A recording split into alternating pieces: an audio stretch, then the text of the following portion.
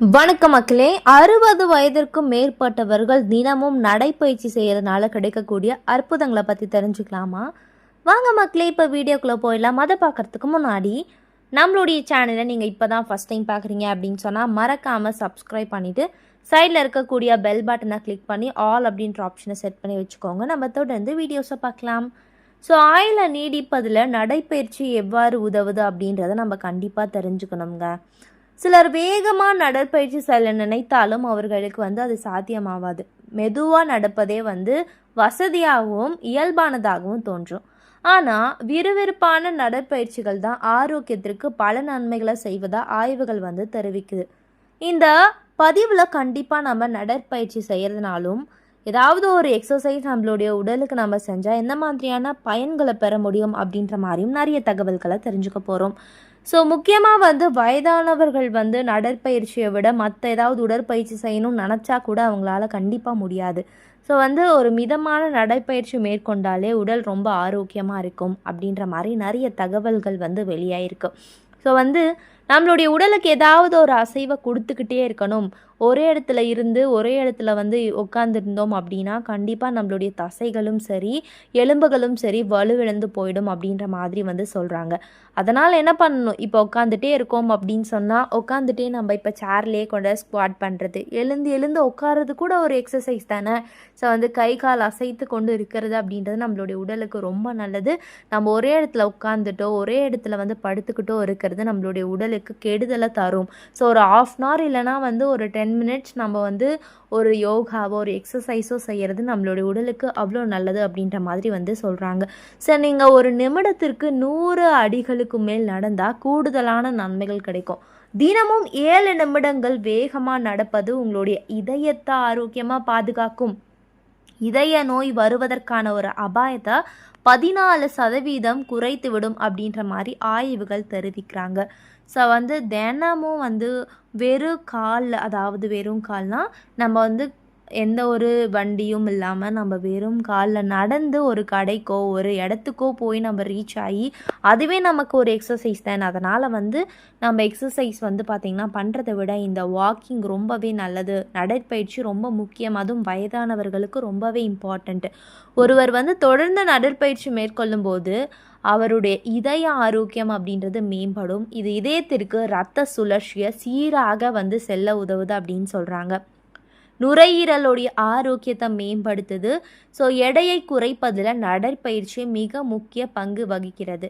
So மிதமான உடற்பயிற்சியை நம்ம செய்கிறதுனால நமக்கு மூட்டு வலி இந்த மாதிரியான பாதிப்புகள் ரொம்ப சீக்கிரத்தில் தொடங்காது. ஸோ 60 வயது ஆயிடுச்சுனாவே கை கால் வலி மூட்டு வலி இதெல்லாம் வருவது சகஜம் அப்படின்றது மக்கள் நினச்சிட்டு இருக்காங்க. ஆனால் நம்ம இப்போ இருந்தே செய்யக்கூடிய அந்த உடற்பயிற்சியும் நடைப்பயிற்சியும் நம்மளுடைய வயதான காலத்தில் நமக்கு அந்த பாதிப்பை ஏற்படுத்தாது அப்படின்றது மக்களுக்கு விழிப்புணர்வு கண்டிப்பாக வேணுங்க. ஸோ நடைப்பயிற்சி முழுவதுமே நம்மளுடைய கீழ் உடலை மேம்படுத்த உதவுது. நமது உடலில் மேல்புறத்தில், அதாவது அப்பர் பாடி எந்த பயிற்சியும் தூண்டுதலும் ஏற்படாது. அதனால் நம்மளுடைய தசைகளும் எலும்புகள் போன்றவை வலுப்படுத்த வெறும் நடைப்பயிற்சி மற்றும் போதுமானதாக இருக்காது அப்படின்ற நிறைய விஷயங்கள் இருந்தாலும் நம்மளுடைய உடலுக்கு எந்த ஒரு வேலையுமே நம்ம கொடுக்கல அப்படின்னா அந்த பட்சத்தில் நீங்கள் நடைப்பயிற்சி செய்வது ரொம்ப நல்லது. ஸோ வெறும் நடைப்பயிற்சியை மட்டும் மேற்கொள்ளாமல் தசை வலிமையை அதிகப்படுத்தக்கூடிய பயிற்சிகளும் உடலுக்கு அவசியமானது அப்படின்னு சொல்கிறாங்க. ஸோ இப்போ ஸ்குவாடோ இல்லைனா பளு தூக்குதல், நம்ம வெயிட் லிஃப்ட் பண்ணுறதோ இல்லைனா பார்த்திங்கன்னா ஸ்க்ரன்ச்சஸ் பண்ணுறது, இந்த மாதிரியான ஏதாவது ஒரு யோகாவோ எக்ஸசைஸோ நம்மளுடைய உடலுக்கு பண்ணும்போது கண்டிப்பாக நம்மளுடைய உடலை ஆரோக்கியமாக வச்சுக்கும். வயதானவர்கள் பார்த்திங்கன்னா தினமும் ஒரு 10லேருந்து 15 நிமிஷம் ஸோ கூட உங்கள் ஃப்ரெண்ட்ஸையோ இல்லைனா கூட உங்களுடைய துணையை கூட்டிக்கிட்டோ நீங்கள் ஒரு 10லேருந்து 15 நிமிஷம் அப்படியே பேசிக்கிட்டே நடந்தோம்னா நம்மளுடைய மனதளவும் சரி நம்மளுடைய உடல் அளவும் சரி நல்லா இருக்கும். ஸோ மனதில் எந்த ஒரு பிரச்சனையும் இருந்தால் கூட நம்மளுடைய உடல் வலிமையானது பாதிக்கப்படும், மனநலம் பாதிக்கப்படும். ஸோ இதெல்லாம் எந்த ஒரு பிரச்சனையும் இல்லாமல் ஒரு ரிலாக்ஸான ஒரு மைண்ட் நமக்கு வேணும்னா நடைப்பயிற்சி ரொம்ப நல்லது. ஸோ வயிறு பகுதி வலுவாக இருக்கணும் அப்படின்னா நீங்கள் நடைப்பயிற்சியை மேற்கொள்ளலாம். உங்களுடைய முதுகு வலியை கூட தடுக்கும். நடைப்பயிற்சி பார்த்திங்கன்னா கீழுடலை நன்கு இயங்க வைக்கும். ஸோ உடற்பயிற்சி நம்மளுடைய உடலுக்கு ரொம்ப நல்லது. நடைப்பயிற்சி நம்மளுடைய மனதிற்கும் சரி. 60 வயது ஆயிடுச்சு அப்படின்னா கண்டிப்பாக ஒரு 10லேருந்து 15 நிமிஷமாச்சு நடக்கிறது அவங்களுடைய உடலுக்கு ரொம்ப நல்லதை ஏற்படுத்தும் அப்படின்ற மாதிரி நிறைய விஷயங்கள் கண்டுபிடிக்கப்பட்ட ஒரு உண்மையாக இருக்குது. நீங்கள் நடக்கும் ஒவ்வொரு நிமிடத்திற்கும் உங்களுடைய உடல் உங்களுக்கு ரொம்ப ஒரு நல்ல ஒரு விஷயத்தை ஏற்படுத்தும் அப்படின்னு சொல்கிறாங்க. ஸோ நடைப்பயிற்சியின் மூலமாக முதுகு வலியை தடுப்பதாக நிறைய விஷயங்கள் சொல்கிறாங்க. எப்படி அப்படின்னா, இந்த முதுகு தண்டு அமைப்புகள் நம்ம இந்த நடக்கும்போது அந்த மெல்லிய ஊசலாடும் அசைவுகள் இருக்குல்ல, அது பார்த்திங்கன்னா முதுகு தண்டு அமைப்புகளை வலுப்படுத்துதாமா. தசைகளுக்கு ஓய்வு, மன அழுத்தத்திலிருந்து நிவாரணம் இந்த மாதிரியான இணைந்து முதுகுக்கு நன்மை பயக்குது அப்படின்னு ஆராய்ச்சியாளர்கள் சொல்கிறாங்க. நம்மளுடைய முதுகு தண்டு வட பகுதிக்கும் நம்மளுக்கு நடைப்பயிற்சி ரொம்ப பயன்படுது அப்படின்னு சொல்கிறாங்க. அதே சமயம் நம்மளுடைய சருமத்திற்கு ஏற்ற ஒரு பொலிவை கூட நம்மளுடைய உடற்பயிற்சி மூலம் ஏற்படுத்தலாம் அப்படின்னு நிறைய விஷயங்கள் கேள்விப்பட்டிருப்போம். அது உண்மைதான்.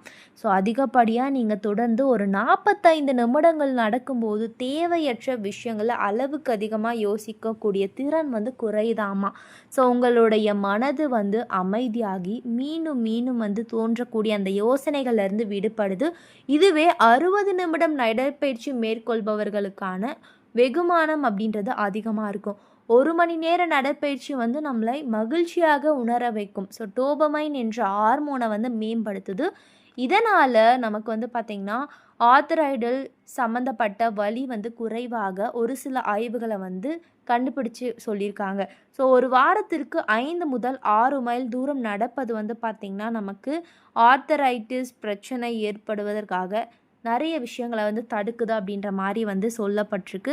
எனவே ஒரு எளிமையான நடைப்பயிற்சி அப்படி எப்படி இருக்கணும்னா சிறந்த ஒரு சிகிச்சையாக இருக்கும். நம்மளுடைய உடலுக்கு ஒரு ஏற்ற வலிமையை தரும். நம்ம என்னதான் நோய் நொடியோடு இருந்தாலும் இந்த மாதிரியான ஒரு சில நோய்களை நம்ம தவிர்க்கணும் அப்படின்னா ஒரு சின்ன சின்ன விஷயம், ஒரு சின்ன சின்ன உடல் உழைப்பு அப்படின்றது நமக்கு வேணும். அது நமக்கு உடல் உழைப்பில் இல்லைனாலையும் இந்த மாதிரி நடைப்பயிற்சியோ யோகாசனமோ இந்த மாதிரியான விஷயங்கள் பண்ணால் கூட நம்மளுடைய உடல் நல்லாயிருக்கும் அப்படின்னு சொல்கிறாங்க.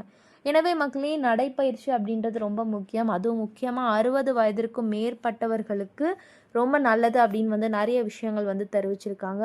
ஸோ அந்த மாதிரி நிறைய யூஸ்ஃபுல்லான தகவல்கள் பார்க்கணும் அப்படின்னு சொன்னால் நம்மளுடைய சேனலை மறக்காமல் சப்ஸ்கிரைப் பண்ணிவிட்டு சைடில் இருக்கக்கூடிய பெல் பட்டனை கிளிக் பண்ணி ஆல் அப்படின்ற ஆப்ஷனை செட் பண்ணி வச்சுக்கிட்டிங்க அப்படின்னா நான் போடக்கூடிய தகவல்கள் அற்புதமான விஷயங்களை தொடர்ந்து பார்க்கலாம். நன்றி, வணக்கம் மக்களே.